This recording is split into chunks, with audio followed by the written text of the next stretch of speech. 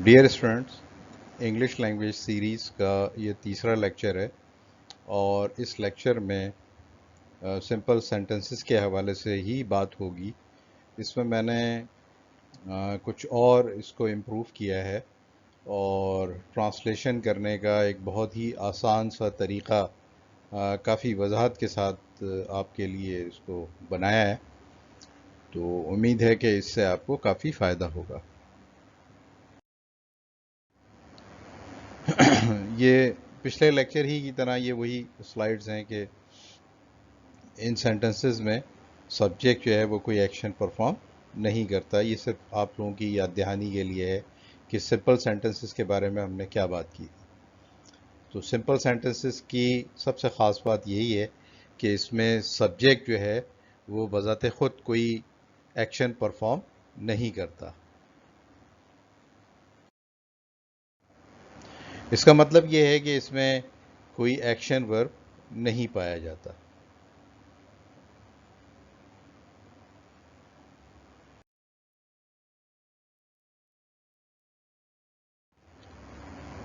Technically हम simple sentences को to be भी कहते हैं।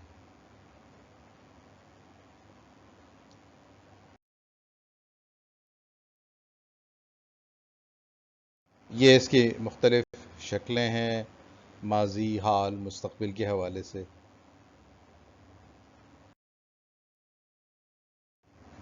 और इस लेक्चर में हम प्रेजेंट ऑफ टू बी की बात करेंगे। जो सेंटेंस स्ट्रक्चर है वो बड़ा सिंपल है। सब्जेक्ट सबसे पहले आएगा, उसके बाद इज, एम, आर, फिर उसके बाद ऑब्जेक्ट और फिर कॉम्प्लीमेंट।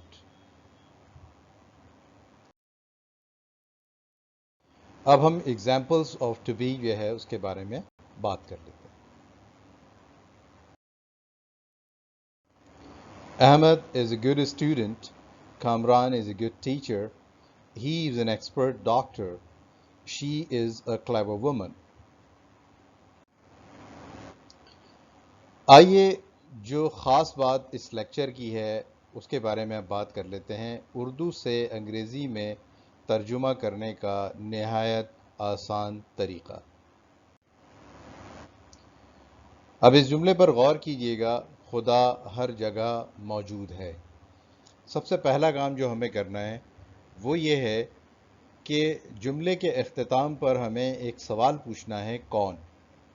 तो कौन मौजूद है हर जगह? खुदा हर जगह मौजूद है। तो खुदा हमारा सब्जेक्ट है। कौन के जवाब में जो लफ्ज़ आएगा वही हमारा सब्जेक्ट होगा। तो खुदा हमारा सब्जेक्ट है और उसको हम इंग्लिश के स्ट्रक्चर के हिसाब से सबसे पहले रखेंगे। तो यहाँ आप देख सकते हैं मैंने सेम कलर्स भी यूज़ किए हैं और 1 2 3 4 पॉइंट्स के साथ उसको वो किया है ताकि आपको जो भी ट्रांसलेशन के वक्त इंग्लिश में लफ्ज़ को कहाँ पे रखना है उसमें आपको बड़ी आसानी हो जाए। बिल्कुल इब्तदा में जो लोग अंग्रेज़ी सीखते हैं उनके लिए ये तरीक़ा नहायत मुफीद है। बाद में जब आपको काफ़ी प्रैक्टिस हो जाए और आप काफ़ी कुछ सीख जाएं तो फिर इस तरह से पॉइंट्स लगाने की ज़रूरत नहीं होगी। लेकिन इब्तदा में अगर आप ये पॉइंट्स लगा कर करेंगे तो आपको बड़ी आसानी होगी और आप बिल्कुल सही सही तर्जुमा करने के काबिल हो जाएंगे। और एक दफ़ा जब आप सीख जाएं तो फिर आपको पॉइंट्स लगाने की ज़रूरत भी नहीं होगी और आप बग़ैर पॉइंट्स लगाए हुए बल्कि जहन ही में फिर आप तर्जुमा करने के काबिल हो जाएंगे और इस तरीके से आप बहुत अच्छी अंग्रेज़ी लिख भी सकेंगे और बोल भी सकेंगे।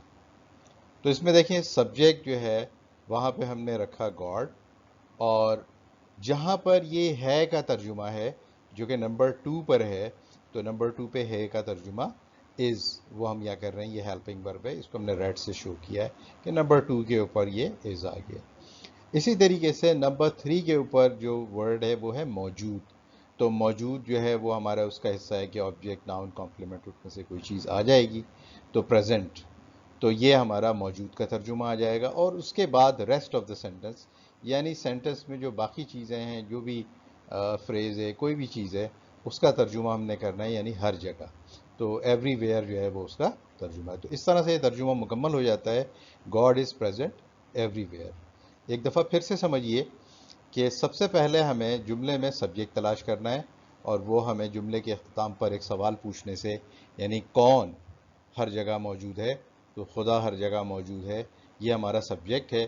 اور انگریزی میں ہم سبجیکٹ کا ترجمہ سب سے پہلے کرتے ہیں اسٹرکچر کے حساب سے، تو سبجیکٹ جو ہے اس کی جگہ ہم نے گاڈ لکھ دیا، اس کے بعد نمبر 2 پہ یہ جو ہے کا ترجمہ ہے یعنی ہیلپنگ ورب وہ آ جائے گا از، اور پھر اس کے بعد موجود یعنی پریزنٹ، اور پھر باقی ماندہ جملہ یعنی ہر جگہ every where, God is present every where. تو اس طرح سے یہ ترجمہ مکمل ہو۔ بالکل اسی طریقے سے ہمیں ہر جملے کو ٹرانسلیٹ کرنا ہے۔ ابتداً ہمیں اس کی مشق کرنی ہے۔ ایک دفعہ جب ہم اس اسٹرکچر کو اچھی طرح سے سمجھ لیں تو پھر ہمیں یہ پوائنٹس لگانے کی ضرورت نہیں پڑے گی۔ پاکستان مسائل میں گھرا ہوا ہے، کون؟ سوال ہم نے پوچھا کون، تو کون گھرا ہوا ہے مسائل میں؟ پاکستان مسائل میں گھرا ہوا ہے، تو پاکستان ہمارا سبجیکٹ ہے، اس کو ہم نمبر 1 پہ رکھیں گے، تو نمبر 1 پہ ہم نے سبجیکٹ کو رکھا۔ پھر یہاں دیکھیں جملے کے آخر میں ہے، یہ نمبر 2 ہے، تو ہے کا ترجمہ از، اور پھر گھرا ہوا سراؤنڈڈ، ٹھیک ہے۔ اس کے بعد باقی جملہ ان پرابلمس، یہ مسائل میں، اس کا ترجمہ ہم نے کر دیا، تو پاکستان از سراؤنڈڈ ان پرابلمس۔ تو بڑی آسانی کے ساتھ ہم اردو سے انگریزی میں ٹرانسلیشن کر سکتے ہیں۔ یہ اگلا جملہ دیکھیے، سیاست سے ہر کوئی بیزار ہے۔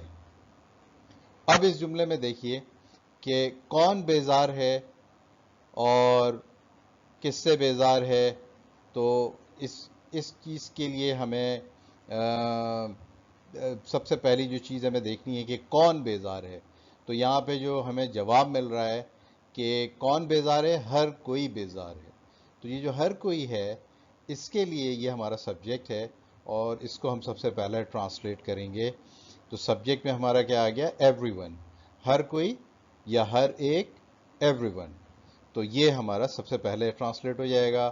اس کے بعد ہے کا ترجمہ ہم کریں گے از، اور پھر بیزار، تو فیڈ اپ، یہ ہمارا اگلا لفظ ہو گیا، تو 1 2 اور 3 یہ ہم نے کر لیا۔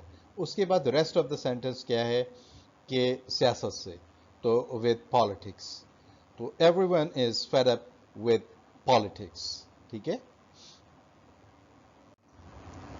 اگلا جملہ دیکھیے، پاکستان میں تشدد سیاست کا حصہ ہے، کون؟ جواب آتا ہے تشدد، تو اس کا ترجمہ ہم سب سے پہلے کر لیں گے، یعنی سبجیکٹ ہمارا تشدد یعنی وائلنس ہے، تو وائلنس از سیاست کا حصہ، پارٹ آف پالیٹکس، پاکستان میں، ان پاکستان، تو violence is part of politics in Pakistan.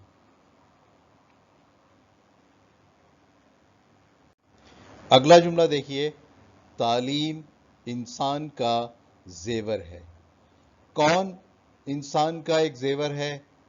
تعلیم، تو اس کا ترجمہ ہم نے سب سے پہلے کیا، education is a jewel of man, education is a jewel of مین۔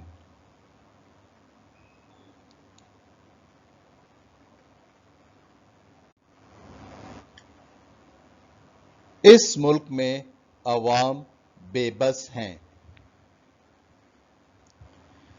کون بے بس ہیں؟ عوام، تو عوام ہمارا سبجیکٹ ہے، عوام کے لیے ہم پیپل کا ورڈ بھی استعمال کرتے ہیں، میسز کا ورڈ بھی استعمال کرتے ہیں، تو پیپل۔ اچھا، اب یہاں ہیں کا ترجمہ جو نمبر 2 پہ ہے وہ کیا ہے؟ Helping word are, people are helpless, یہ بے بس کا ترجمہ ہے، اور کہاں ہے؟ ان دس کنٹری، اس ملک میں، people are helpless in this country. لوگ جمہوریت کے حق میں ہیں، کون؟ لوگ، تو لوگ ہمارا سبجیکٹ ہے، اس کا ترجمہ ہم سب سے پہلے کریں گے سبجیکٹ کے طور پہ، people are in favour of democracy.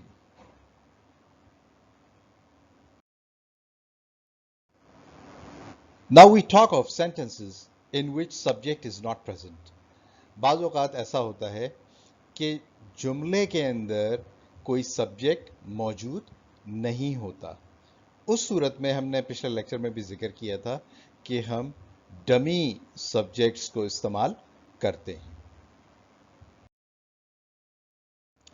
तो डमी सब्जेक्ट जो है उसके बारे में बात कर लेते हैं।